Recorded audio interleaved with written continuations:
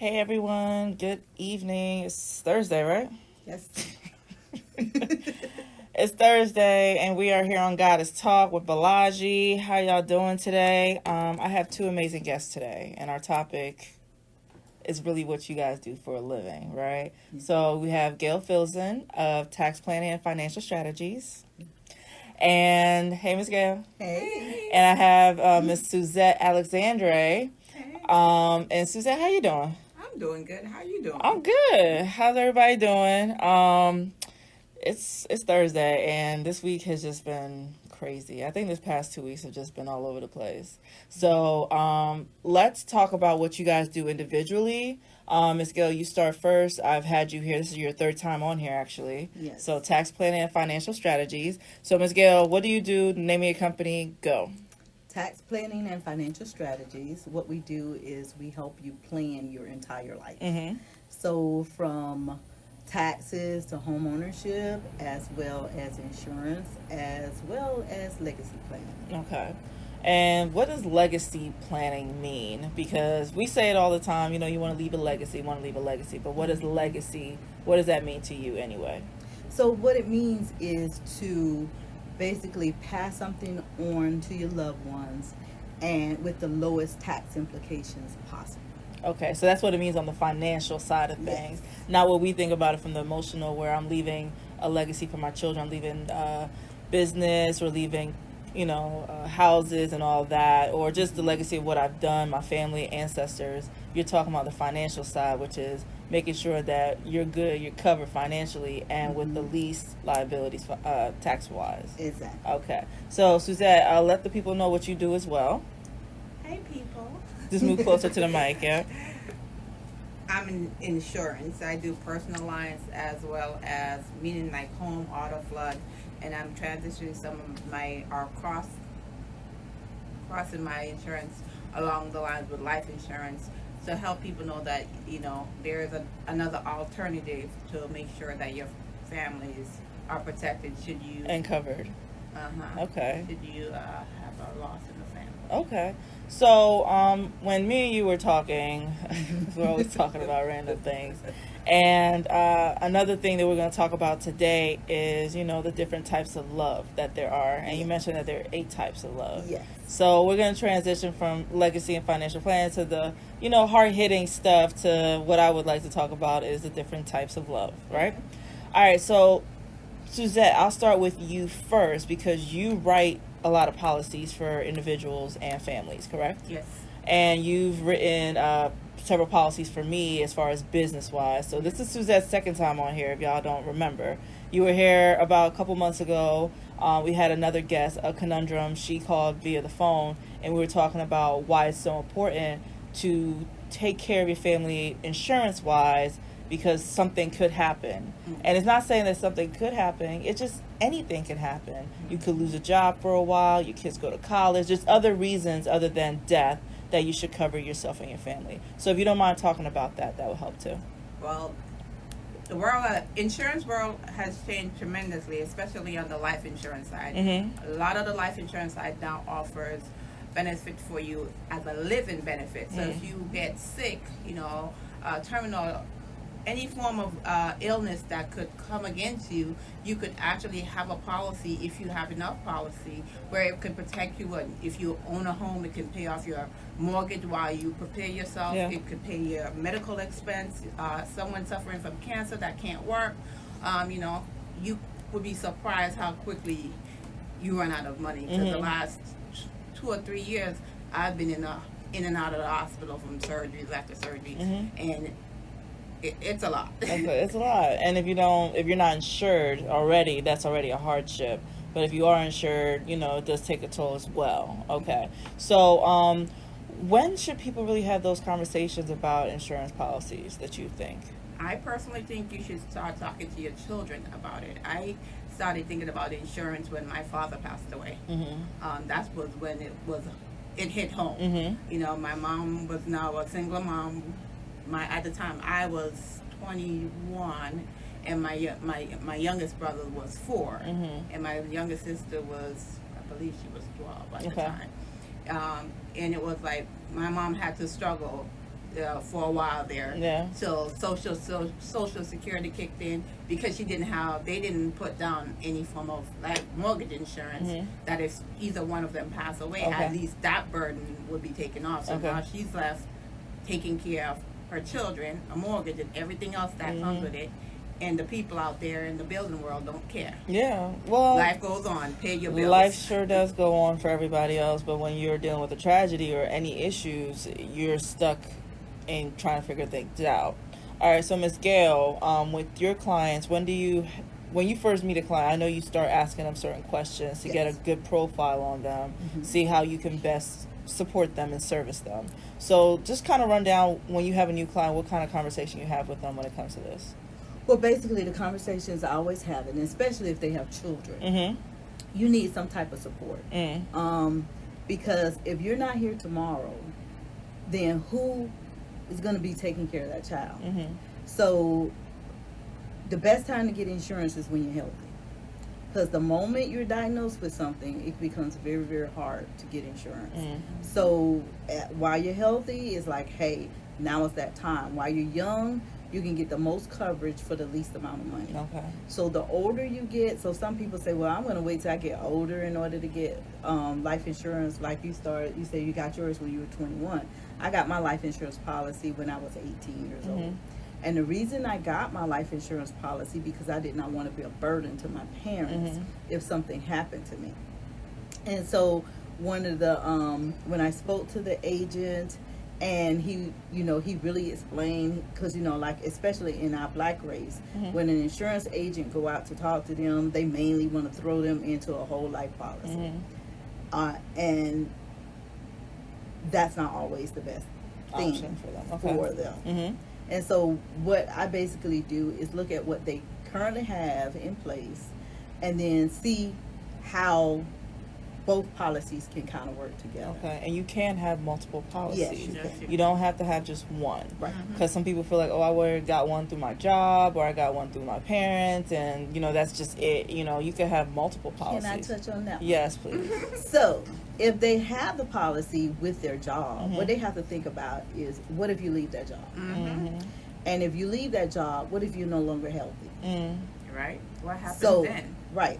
So with the job, if the job is the one that gave them the policy, when they leave the job, it automatically turns into a whole life policy. So say, for instance, they had a $100,000 policy with their job.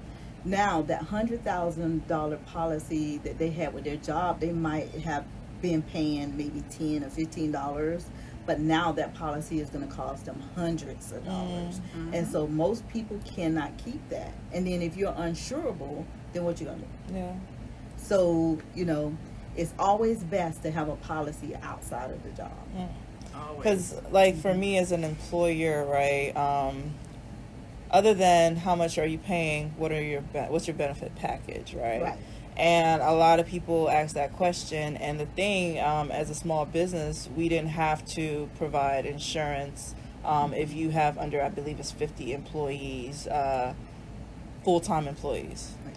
And so I was originally offering benefits and everything, but then we realized when it came to the cost effectiveness, and if people weren't taking the insurance, because for a plan you have to have at least minimum 4 people on it. Right. And it was just a hassle, I felt, at times to try to get employee buy-in, because they always sometimes had other companies that they already had insurance through, or their spouse already had insurance, or they had Medicaid and they was like, nah, I don't need to do anything else because I already kind of got the cheapest option. So for a business owner, is that a good thing? It is, because sometimes you lose employees because they want benefits. Yeah. So it's not necessarily mean that you have to provide them. What you can do is allow volunteer services. So that means they can voluntarily sign up for a particular policy. Because like with some of my clients, what I found with them, they may have a short-term disability policy. So people don't realize, and they look at, you get the option of choosing before taxes or after taxes. So people like, I want to pay the least amount of taxes, so they choose the before taxes. They may be saving $2 on their taxes. But if they ever need to use it, all of that money becomes taxable. Mm-hmm. So you save $2 to spend a lot more. Mm-hmm. So they need to know that, hey, anytime it's short-term or long-term disability, always get that done post-tax, not pre-tax, because then it becomes a taxable instrument. So now I guess the real question, because you're speaking to an insurance agent most times when you're talking about taxes or benefits and stuff. Why aren't they telling us this information, to Because prevent us from being, from losing out on lots of money after the fact? most insurance agents don't have a tax background. So that's how we're a little different.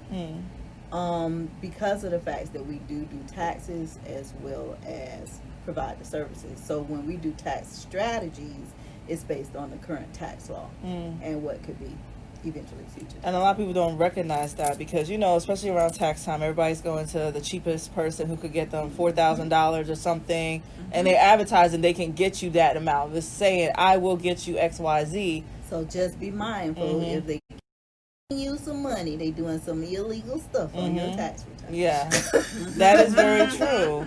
And number one, you of course have never made any guarantees. The only guarantees is like, all right, I will support you as best as I can with the information that I have provided, right? Because it does matter what you as a client provide to the person preparing your taxes, and the person preparing your insurance, right? Because even like with Suzette, like you got me 2 policies. You got me a policy for my business at one point, and then you got me my home insurance policy. And at the end of the day, a lot of people, because I remember our conversation about, pets in the home. A lot of people will say no because they don't want that against them because it might have a little bit more of a fee for it, right?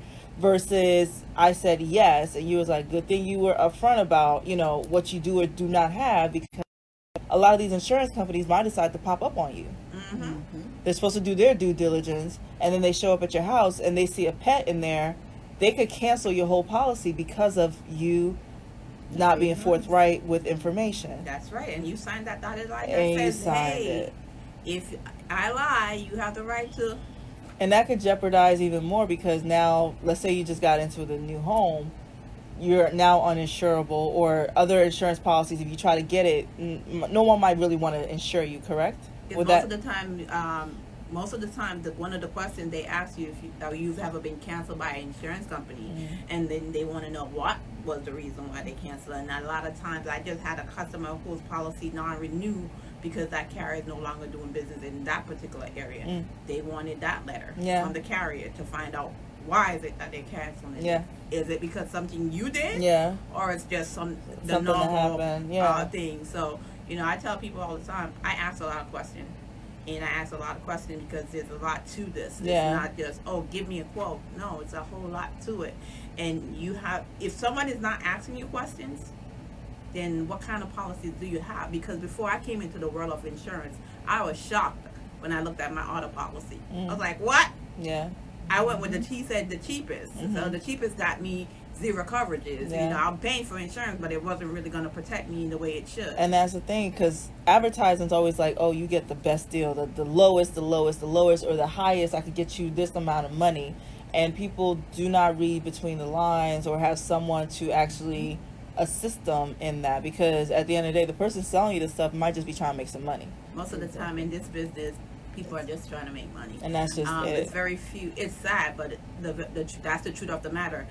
Because some of us are working on commission, on base, so it's like I need money, I need a policy, so I can make a certain dollar amount. My philosophy is, I'm going to be honest with you, and I'm going to give you the tools you need, the knowledge you need, because knowledge is power, and then it's up to you how you deal with it. But most of the time when I'm upfront, because I'm upfront with my clients, they appreciate it because they're like, okay, so what does this mean? And I break it down for them. I tell them, I think I give out too much information, because then they go to the next person and change it and, or just do it.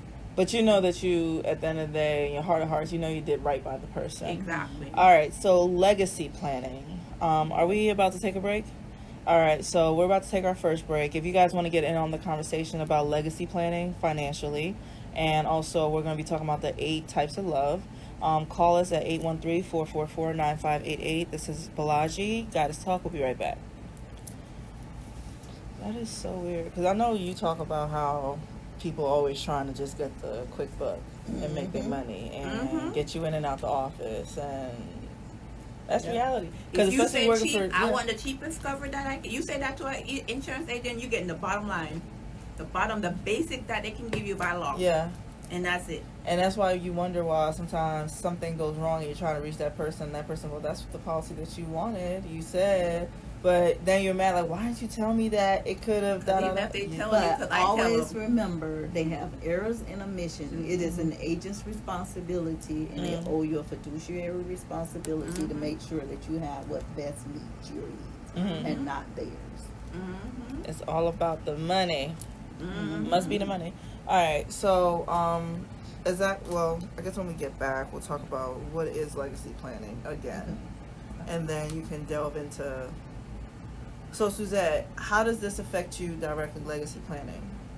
Are you coming from a personal standpoint, or are you coming from the insurance standpoint? For me, it's a personal, like the experience. Okay. We were talking about that, like how I, once I found out how the judge that son was responsible for my daughter, and her fiance had died. Wait, hold on. He had nothing. Let's say that we do that on the air, so I don't have to make you repeat it again. All right. Yeah. 15 seconds. Okay.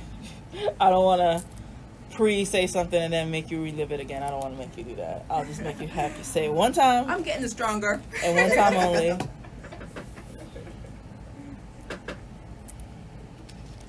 Hey y'all, this is Goddess Talk with Balaji. We are back. All right, so I have two great guests today. We have Gale Philson of Tax Planning and Financial Services. What's up, Miss Gale? What's up? What's up? And we have Suzette Alexandre. Suzette, before we left, we were talking about legacy planning. So if you can, Miss Gale first, tell us what is legacy planning again. Okay. So basically, legacy planning is just pretty much getting everything in order. Because one day, we don't know the day nor the hour that we're going to take our last breath. So when that happens, you should have some things in place. The state of Florida says that if you have assets that's more than $75,000, you should have a trust. But if you have other stuff, say you have a car you want to give to a particular person, and especially in our race, most people think because I have a will, I'm taken care of. They also think that, hey, because I don't want to put my children's name on my title, my deed, that it's going to automatically go to the kids and stuff like that. And what you have to remember, if your child is driving or doing other things and someone sues that child, guess what? That's part of that child's asset. Because I know when you and I were talking, I was like, yeah, I want everything put in somewhere, and especially because there are ways to get it around the law so that no one can come after you die to come get all the stuff that you've worked for as well. So talk about that as well. So one of the things that trust. So the state of Florida said if your assets are above $75,000, it should be in the trust. So in that trust, the beauty of the trust is the only name that they see on any record is the trustee's name. So the trustee, no matter who it is, it could be you, it could be somebody else, that trustee cannot be sued for what the contents in that trust. So the courts can say, hey, we want to know who the beneficiaries of the trust. So in your trust, you're going to be your beneficiary. So if something happens to you, everything passes to your family without ever having to go downtown. So nothing changed. If you have homestead, it remains. Everything remains without anything being touched. You can protect yourself from different types of taxes inside of that. But like myself, I have a son that will not save a dime. He would give every single thing he has away. So if I left him something, it's gone. Other people are going to have it. So with a trust, you can sit there and you can say, hey, I know this child is not going to be responsible for the money. I'm going to give them a certain stipend every year to take care of them for the rest of life. And so you can do that in that trust. And especially if somebody is on disability. Mm. There are things. Yeah, they because I can't have a lot of stuff. clients who sometimes, if they are listed in a trust, the state wants to know that because they want to know, do they have assets? Because that could mess with their Social Security and other things as well. But depending on how your trust is written, that can get around those specific state rules and federal rules and regulations. Exactly. All right. So that's that. Now, Suzette, I was asking before while during the break, I was saying, okay, you're part of this conversation about legacy planning. Why? And from the business aspect, I know you write a lot of policies for people, but you have a personal take on why you should plan for your legacy as well. So if you don't mind sharing, go ahead. So about 2 years, going on 3 years, my daughter and her fiance was involved with a head-on collision by a one-way driver.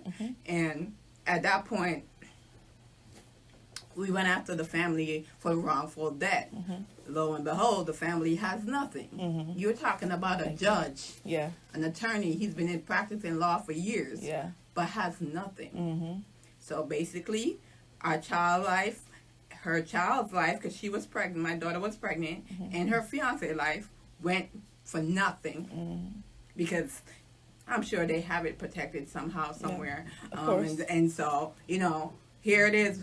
We lost the child, and financially, we didn't gain anything either because, they had insurance, but for somebody who had that statute, you would think, because I'm in the insurance world, I'm like, how could he be a judge and have such a small policy? And here we talk about assets and, all that stuff, insurance and having the right type of policies. I'm like, well, he should have had a way better auto policy than he did. My policy actually supersedes his policy. I was like, so I'm a dummy, no money, and I have a better policy if somebody, did something. If one of my because I thought, well, if my kids are out there, they, need the best policy. I need the best policy that's going to protect our family. Should, God forbid, somebody's life is lost. But on their side, I'm guessing, I'm inferring, or I'm just being emotional about it, they didn't take the same care on their side to make sure that was happening. Yes. It's not necessarily that they didn't take the same care.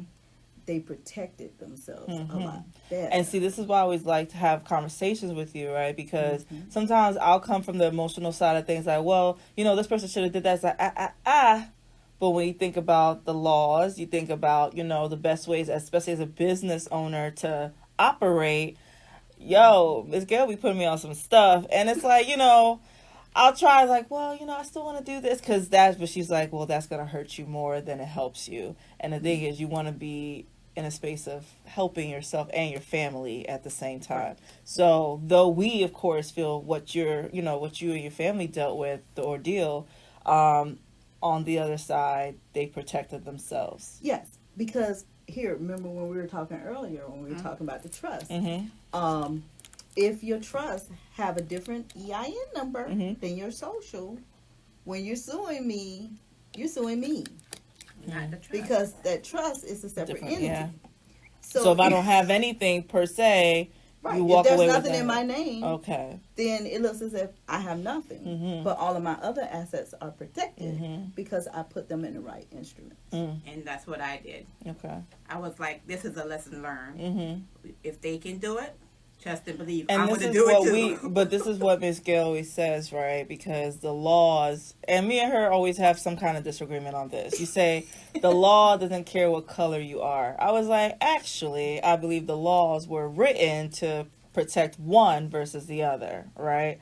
But we always go about that. But now that, hey, you need to learn the law so that you can act accordingly and move accordingly within their world as well. If you want to say the man, well, you need to learn the man's rules and laws so that you can you can be able to maneuver yourself as well and be protected from their advances. All right. So now, Suzette, you wrote plans or had policies for all your children, period. Your whole family had policies. Yes, ma'am. And so with your daughter, your son-in-law, and their child, was that able to help you at the end of the day? It was able to help me because I stopped working for like 2.5 years. Yeah. I'm just getting back into Yeah. it. And if I didn't have that money, Yeah. you know, How would you? and how your would I family- have survived Yeah. such a devastating event? I Yeah. mean, his mom didn't have the same things that I had, Yeah. and she struggled, and Yeah. she is still struggling. Yeah. I mean, and even his deadbeat dad, yes, I said it, deadbeat dad family wanted a piece of the pie, and because he didn't have a will or anything saying, hey, everything goes to my mom, they had rights to that. A deadbeat dad that wasn't there for him at all, because he was dating my daughter for over 3 years, and we never met him. He just told us, yes, I have a dad, but he's not a part of my life. Yeah. And when he died, all his relatives, there was a line To get to the money. Okay. So now, going from that, right? Because sometimes it's usually when tragedy strikes that all of a sudden we get the hindsight, oh, we should have did this at a certain time, right? And what would have been your plan of action prior to this happening, right? You're saying the trust. But trust is if you have assets over 75, mandatory in Florida, right? Well, it's not mandatory. Okay. It's Suggested. So you can have a trust without having assets of 75,000. Yes. All right. And so talk about the trust. How do you get a trust done? Okay. Before we go there. Okay. So, you know, you talked about what happened in Suzette's. Mhm. So, like, say for instance, I was married for over 10 years.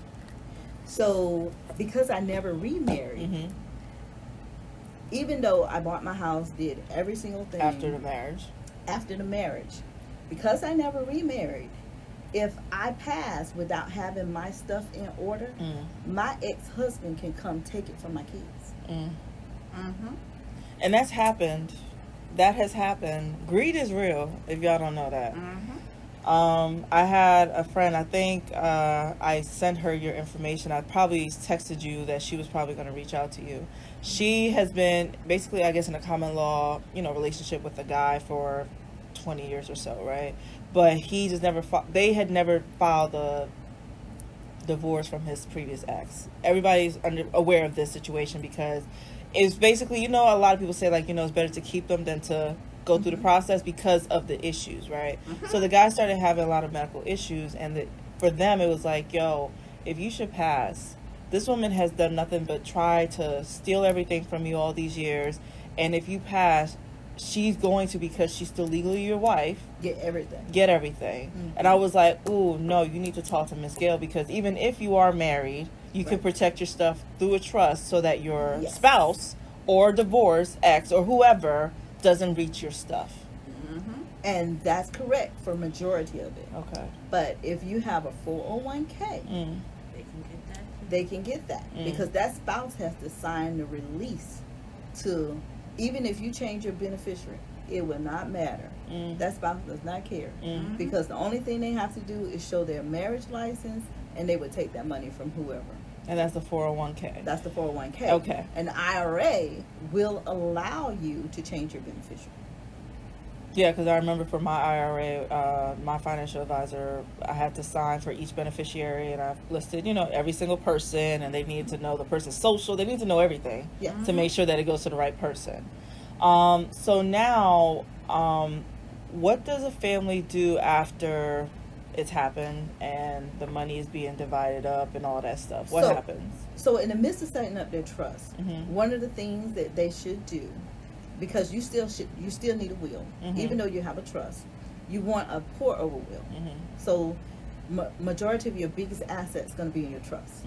Okay, but you're not going to name every little thing in your trust. So you're going to have your pour over will that handles your car and all of that stuff. But you can make your beneficiary of your will your trust, which push it back. So that, because the thing is, at the end of the day, a lot of people say, oh, they had a will, and so they go by the will. But actually, you can put it in there to, okay, the beneficiary of my will is my trust. Right. And that will supersede everything. Well, they still have to go to probate. Okay. Because a will is going to send you to probate. You can't get around probate with a will. With a trust, you never hit probate. And I guess the issue, because greed is real. Let's just be honest, right? And they want to fight it, right? There's like, oh, You put in your trust. You can actually put a stipulation in your trust that if anyone challenged the trust, they automatically disinherit. Good. Okay. Yeah. Okay. So that goes away with that. Oh, you got to leave them at least $1. Not in trust. Okay. All right. So, Suzette, do you guys, or you're currently working on getting the trust and everything done, or you've already handled that? I've already gotten that established. Okay. Like, once I got the win of what happened with my, with our family, I was like, oh, I'm going to do like the smart people do. I'm going to go protect my assets and my legacy, because I want to leave a legacy to my kids. Yeah. And like Gale said, if you know that child that you're leaving it to, or whomever you're leaving it to, is not responsible, then you put a stipulation. Okay, you're gonna get a stipend. This is how it's gonna work. The trustee's only gonna give you this, and if you need anything, we need to see documentation of it. Because I told my husband, I said, I plan on doing a few other things, and I said, when I get those things, I'm going to put it in the trust that it can never be sold. I said, because there's value in land. Yeah. Right. When everything else is gone, there is value in land, and no, you're not going to sell my land. Blood, sweat, and tears, that's your auntie, her baby, her husband's to be, that's their blood money. That's going to take it, and we're going to take it to the next level. Okay, cool. All right, so did anybody have any questions on that? Because I'm about to transition to the topic that I want to talk about. Love. Are we about to take another break? All right, so when we come back, we're going to talk about the 8 types of love. If you have any questions about legacy and the legacy planning, still definitely, drop it, or we could make you have contact with Miss Gale. So we'll be right back. God is talk. Peace. Okay, cool. Yeah, I want to hear about all this good love now. It's not good love. I don't want to miss nothing on this love. You say on the love. Everybody knows I'm always talking about love anyway, so. Yeah, Love is good. nothing greater than the love. Yeah, I like it. And see, legacy planning is love. Exactly. It's an act of Leave love. love. Your Yeah. labor Your of final love, act because- of love is to leave Exactly, something. to leave your So family. Gail, I can take my home, put it in a trust. I can put my business in a trust. Yes. Because understand that if you have a business, there's no beneficiaries attached to your business. Well, unless you have an LLC and write that stuff in, right? No. Even in the LLC, there is no place for a beneficiary. So trying to remember. what happens to a LLC? Oh, we back.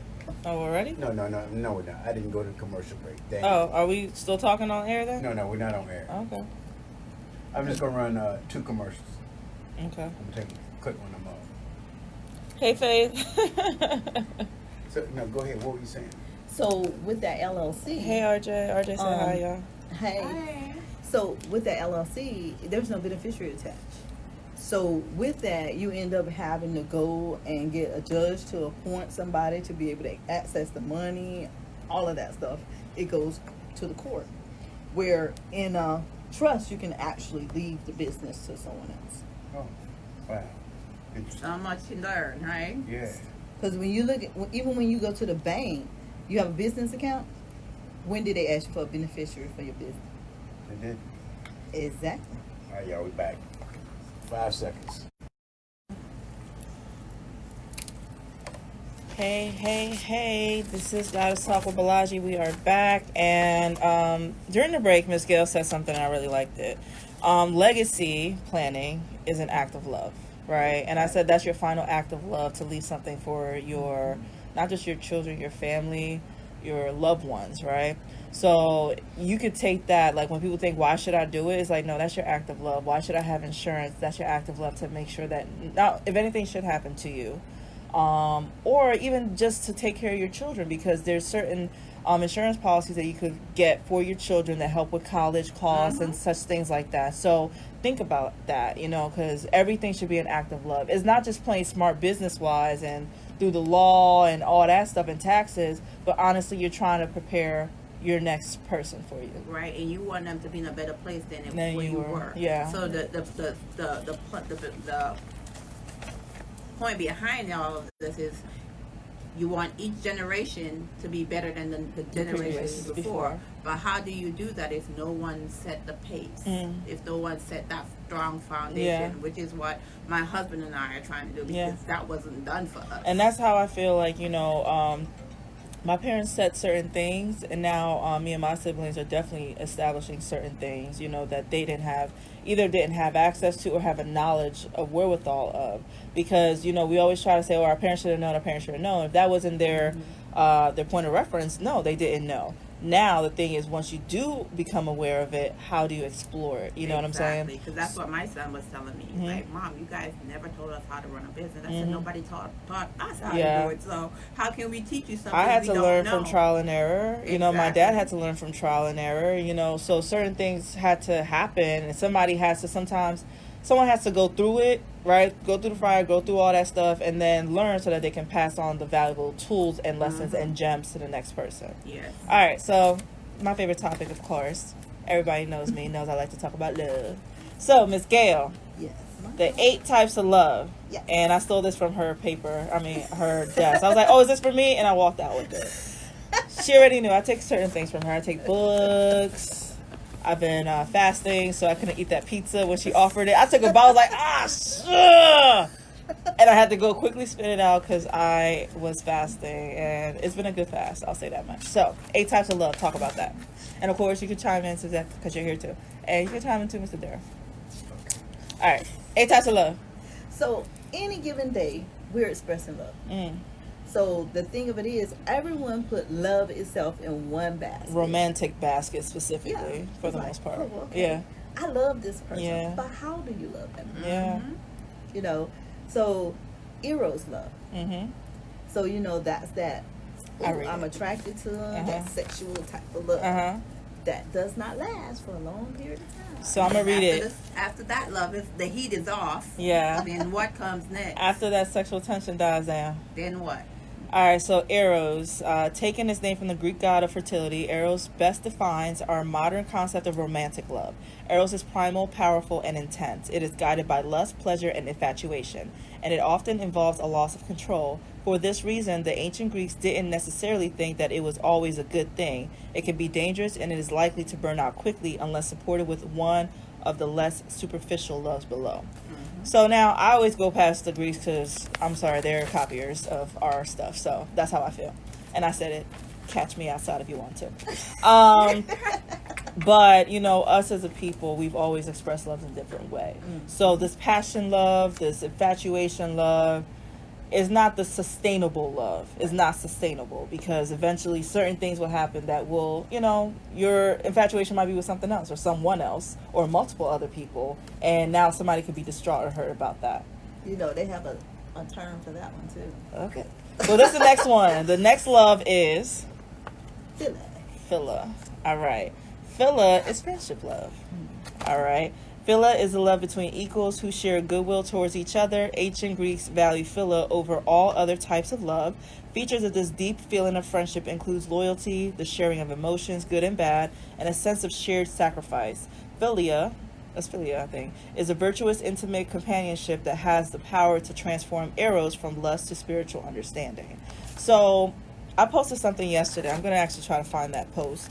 Because I go so hard for those who are my friends or just loved ones, right? I'm everyone's biggest fan. Doesn't matter who it is. I love everyone and I want you to succeed and just everything. So I go hard for everyone, right? And basically the post was, if you're a friend of mine, there's no way I'm going to really let you think less of yourself. No way, no way, no how. You know what I'm saying? You could come at me like, man, I feel like this. I was like, well, I'm going to come out with the positive qualities for you to recognize why I really truly value you as a friend and as a person. So what do you think about this philia, this act of friendship love? I think it's one of the best things. Because think about it. When you have a best friend, your expectations of your best friend is not as much as your expectations of someone you're dating. Really? Really. But isn't the thing... Because your best friend can do something and you forgive them.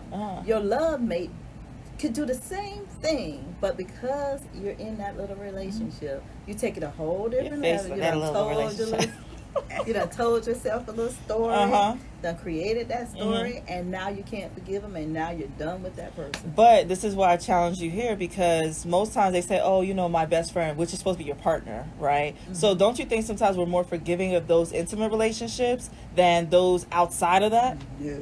Oh, I would argue that. What would you say, Mr. Darrell?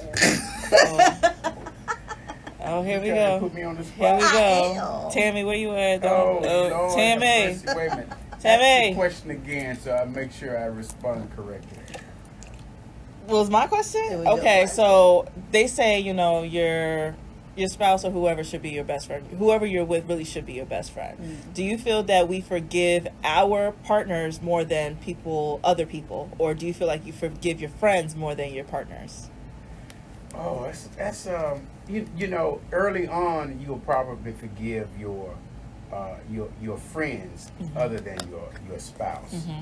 But as time grows on, your spouse usually becomes your best friend. That's if you can last. Yeah. So the divorce rate wouldn't be so high if that was accurate. The divorce rate wouldn't be so right if people actually learned to relate to one another themselves before they related to others before they got in And I'm going to relationships. touch on that. Uh-huh. And I tell my husband the reason why people divorce each other because they go into the relationship with the wrong expectation and they're not honest. Mm. Be honest about who you are, what Child. you are, and how you are. Yeah. And then leave it up to the person. We put on this mask of Yeah. who we are. That's the one thing for my husband and I. We've been together over almost 31 years, and we've been going to be celebrating our 29th anniversary. We were honest with each other from the beginning. Mm-hmm.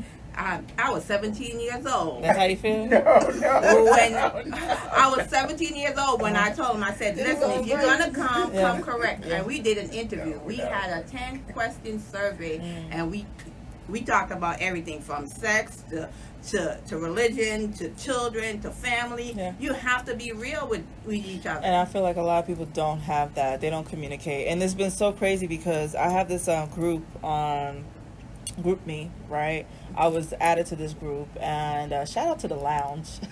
All my friends, my cousins on the lounge, but it was started by Tiffany Lee.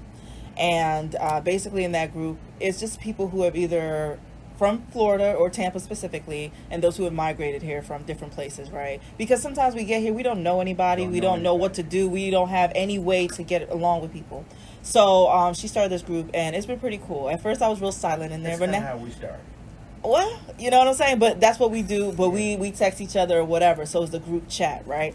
And so now yesterday, I think we were talking about love. Because somebody was talking about more so like, okay, us loving black people, black men versus black women, that kind of thing. But I said, honestly, we don't communicate very well. And that's the issue because nobody's really done all the work on themselves before they could even go into a partnership with somebody else. You said we don't communicate very well. We don't Who's communicate we? very black men and black women probably don't communicate very well, but people in relationships, if we just want to excuse that part, people in relationships, especially during that dating phase, do not communicate very well. They're not honest. They're not open. They don't really show their true trauma, or they don't have that space of vulnerability. And I'm literally one of the biggest perpetrators here. Well, Okay, so I definitely am honest about that. So that's why I said that people treat their best friend better than they treat their mate. But let me just say this from a male perspective. Mm-hmm. Women, specifically, I'm just going to say women, have a tendency to, once a man shows some vulnerability, some women have a tendency to crush that. Or, Yes. You know what I mean? But this is why, seize that, yes, and then they use it against them. Yeah, use it against them, and then Manipulate it that and all wall that. comes up, Yeah. and then the honesty is gone. So Yeah. here's what I say: then date a woman and not a child. Mm. Okay, well, I'll say this, right? Because not every man is a man. He may be the age of a man, yeah, True. but he still still got has the that mentality of a boy. I get So that. it's vice versa, and this And is vice why I versa. said when we were talking is that we always want to blame. Okay, black men have done this to me, black women have done this to me, but it's like, yo, we've all been done wrong. Let's be honest. You know what I'm saying? But what have you done to work on yourself? You cannot expect something of someone else you're not giving to them. Women sometimes will want a man to be 100%. We want him to have his own car, his own this, his own that, all that What stuff. are you bringing You to know the what I'm saying? And the Other question than- really is, what are you bringing to the table? Because it shouldn't just be sex. If that was it, that's Exactly. what it is. You know what I'm saying? Right. But for me, it's like, is she 100%? Does she have her own car, her own this? Is she also emotionally intelligent? Does she have her own self together? You can't expect of someone what you are not yourself. Yourself, exactly. And unfortunately, we have false expectations put on us by, okay, our parents telling us, well, this is the kind of man you should be dating, or friends telling us, don't talk to him because he's this. Oh, talking about, oh, the guy is weak or this. Like, there's so much that goes on that tells us not to truly be our true selves with other people. Your parents are generally right. I would say a lot of us have parents who are generally wrong because they weren't loving each other the right way either. I know. And then we have our traumas from what we witnessed as well. Yeah, but as I say, as time goes on, age brings on wisdom.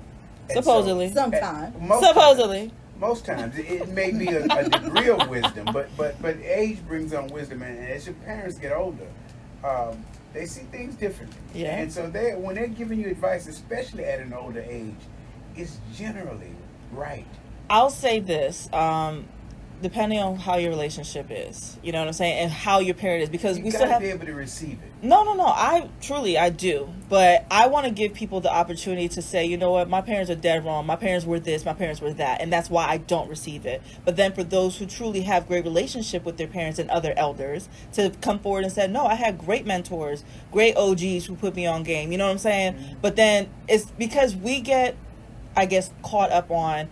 It's family. You shouldn't say nothing wrong about family. You should, always keeping all our dirt to ourselves. But what if your parents really put you in such a horrible emotional state that you're no good to any other person? And what my husband and I always tell our children and tell other people, look at the good relationship and look at the bad Yeah. relationship and make yours Yeah, what assessment, you want it yeah. to be based on what you see and what you didn't see. Yeah. Because for me and my husband, that's what we did. We didn't like some of the things that our parents did, so we were like, nope, that's not going to be in our relationship. And so you create your own. So we created our own, Yeah. and we taught our children, this is our love, Mm-hmm. but you need to Now create your own. create your own because Take the good and bad from ours. you're coming Yeah. from a different background. She's coming from a different Yeah. background. You're trying to put two households back to one. Mm-hmm. Now you have to create your own sweet pie. Yeah. And see, I just say a relationship is like a business. I say that all the time to people, Yeah. right? You It's have- a real partnership. You have the job and you have the career. Which one is it? No, it comes down No. to the It's two- established It's entity. two different entities Yep. merging together. Yes. Mhm. And so when if you look at when a merger takes place, they go through and they sit and they look at what was good about this business that we're going to keep. Mhm. What's bad? Can we fix it? If Or there's nothing we eliminate can do, then you get rid of it. Exactly. So You when create people your look at own. relationships Yeah. like that and say, hey, there's some good points and there's some bad points. Right. So what can we do by having a conversation to make it better? Right. So that's Communicate. just my And thought. and my husband and I, we use the same, but we say you can have a relationship, or you can have a career relationship. Mm-hmm. In a career, you build on it. You work through the difficult moments. You craft your trade. Mm-hmm. A job, you go, you show up, and then you get paid, and you Yeah. move on. Okay. All right, cool. So the third type of love, ludus, playful love. Yes. Often paired with eros and associated with puppy love, ludus is the playful affection that you feel during the early stages of a relationship. You laugh, you tease, you flirt, but you also feel ludus when you're laughing and bantering with friends, dancing with strangers, or sending flirty messages online. Ludus makes you feel young and euphoric. I think we all feel this.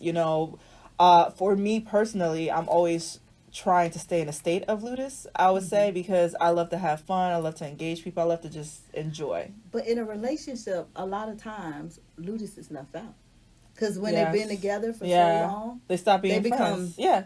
they become so serious Yeah. about the relationship that they forget about how to have It's like, I fun love to and- laugh. I love to have fun. I love to do, I'm the biggest kid. Like, I could watch cartoons and I could say, oh, let's go wherever. Like, I'll just pick up, I want to go bowling. I want to go here. I want to go there. Why not? Exactly. My husband always say, "Girl, you make me laugh." Yeah. I was like, "Cause I'm a trip. You Yeah. don't know what's gonna come Yeah, next. you don't ever know what's I gotta coming out my keep you mouth. going. I gotta keep you smiling." Take you Yeah. know? a trip. Yeah. You a journey.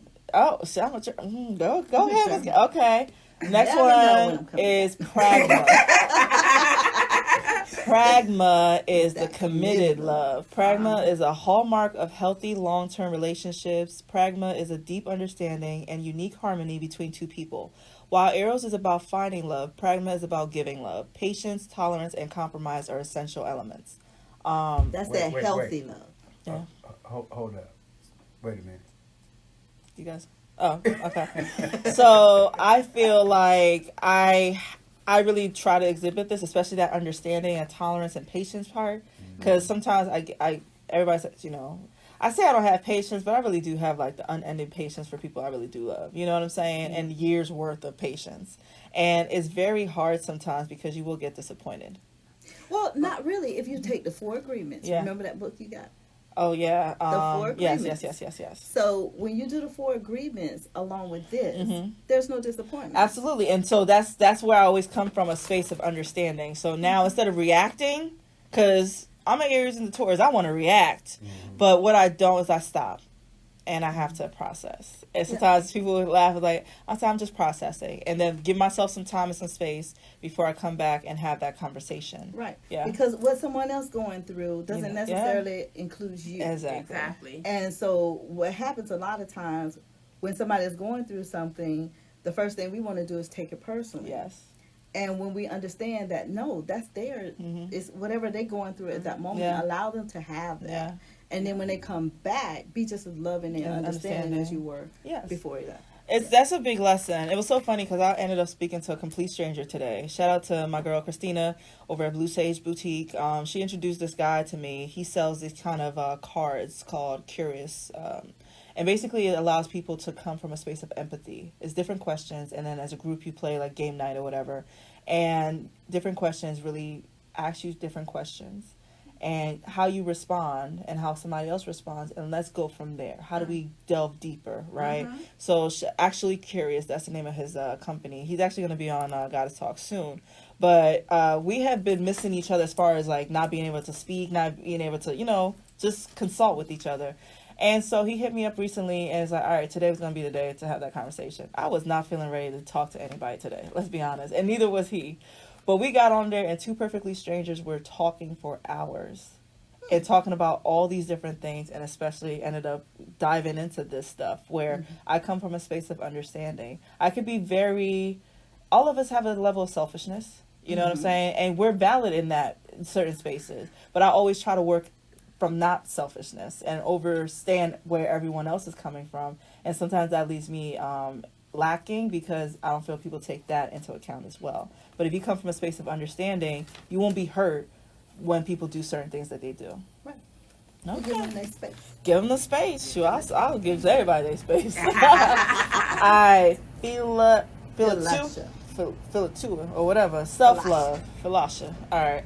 Loving yourself is the bedrock for loving other people. Having pride in your work, taking care of yourself, and maintaining a loving inner dialogue are all parts of self-love. Self-loathing people have little love to give. After all, you can't love your neighbor as yourself unless you love yourself first. Beware the negative forms of self-love, narcissism. An ancient Greek idea that we know all too very well, narcissism is defined by self-obsession, vanity, and a narrow focus on one's personal gain. You see a lot of that. That is the exact way the world is today. I feel there's a lot of people who have a description of the world, but I feel like a lot of people have a false sense of self-love. They try to project like I love myself, but they become very narcissistic when they do that. Self-love, honestly, it's not that it's a quiet self-love. It's exhibited in different ways, right? Yeah. And what is said here that, you know, you can't really truly love your neighbor if you don't love yourself. Right. Exactly. I can't love someone unless I'm thoroughly in love with myself. You know, my cousin used to laugh at me all the time. Because I'll get up and I'll get dressed, and she's like, what are you doing? I said, I'm getting ready to go on a date. She's like, well, who are you going on a date with? I said, myself. And she would laugh and say, why are you dating yourself? I date myself. And I'm like, if I don't date myself and happy with who I'm dating, how can I allow someone else to date me as well and be happy? So, you know, it helped me out a whole lot. And especially, you know, because as women, whenever things don't go our way, the first thing we do is tell ourselves a story. Yeah. To And make you that feel story better about the may not situation. be true, Yeah. but we done told ourselves a story, and if somebody don't come, or the guy that you're talking to don't give you a different story, then Clarify you're gonna- some stuff for you. you're gonna fill up with your own You story. will. Yeah. And then generally it's gonna become a serious problem. Mhm. So, cause like this one lady said to me one time, she's like, I just can't stand being by myself. And I said, well, then how you expect for somebody else to come be with you? If you don't want to be with you, why would somebody else? I dated myself, I feel like, for the 31 years I've been here. You know what I'm saying? That's why I can, move as I move, I believe. And I always tell people how I take my pamper days. From head to You toe, have I to. do my day. You have And to. so it's like, I don't That's expect part somebody of else to your come. self-love. Yeah, to come and now do that for me. It's like, no, I'm going to continue to take Because care if of you me. don't- If you don't pour into you, how can you pour into others? Yes. And basically what you're doing is pouring. Yes. You're pouring yourself. Yes. You're pouring in your Energy, your experience, all that. your energy, your positively. And a lot of people tell me, you know what, you love. And I was like, yes, Yeah. I love unconditionally. Yes. I try to have that agape love. I try Yes. to adopt that agape love into It's my hard. life. Yes. It's very hard.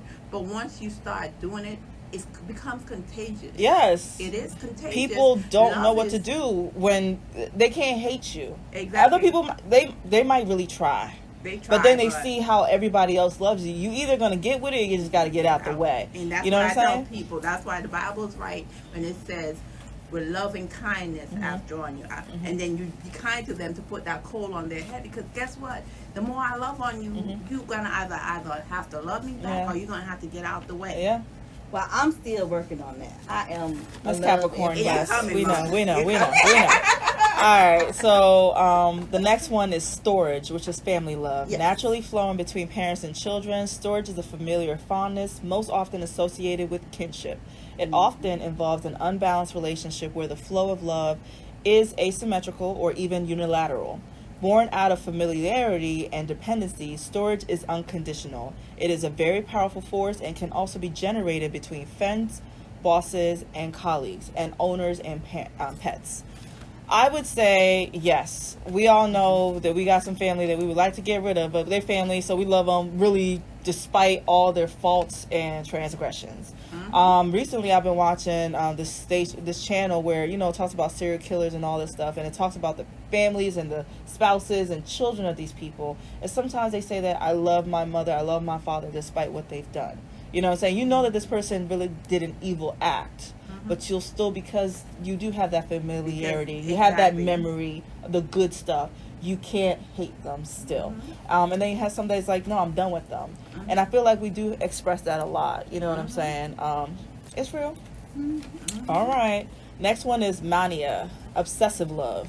Unbalanced eros and a lack of healthy philosophia can easily ferment into mania or madness. Mania, that's what it is, mania, okay? Stalking behaviors, codependency, extreme jealousy, and violence are all symptoms of mania. Love can be a balm for low self-esteem, and mania sufferers are desperate to keep the sense of self-value that their desired partner provides. There's some crazy people out here. And I've that's dealt why with you that. have That's that obsession and that Yes, behavior yes. where somebody, because they have somebody feel Validated them. worse than them so that they themselves can feel better. So that's where that control comes in and the abuse comes Yeah. in. But remember, this is a love. Yeah. It No, is. there It is. is This a is a form of love. love. But the It thing is. is to learn this love the 'Cause- right way. Because I know I done seen some people bust windows out because. Oh, shit. All right, so our last love, and we're going to end on this, is agape, compassionate love. Agape is selfless, unconditional love for the entire world, neighbors, strangers, everybody. Existing on the spiritual plane, it is the highest form of love and the one in shortest supply in today's society. Yep. Empathy fuels agape love, which is given freely without any desires, expectations, or judgments. Exactly. All right. I love agape. I really do feel from agape. And so I want to wish everybody that agape love tonight. Yes. Thank you, Miss We Gale, love for y'all. being on here, talking about some legacy planning and love. Yes. And thank you, Suzette, for coming and sharing your story. And, hopefully this will give some people some insight and get them to plan a little bit better for the legacy of their families as well. Yes. All right, so this is Goddess Talk. This is it's a beautiful Thursday. So I hope you all just feel all this love in the air. All right, not the chaos and the nonsense going on. But I want to wish y'all a good evening. Peace.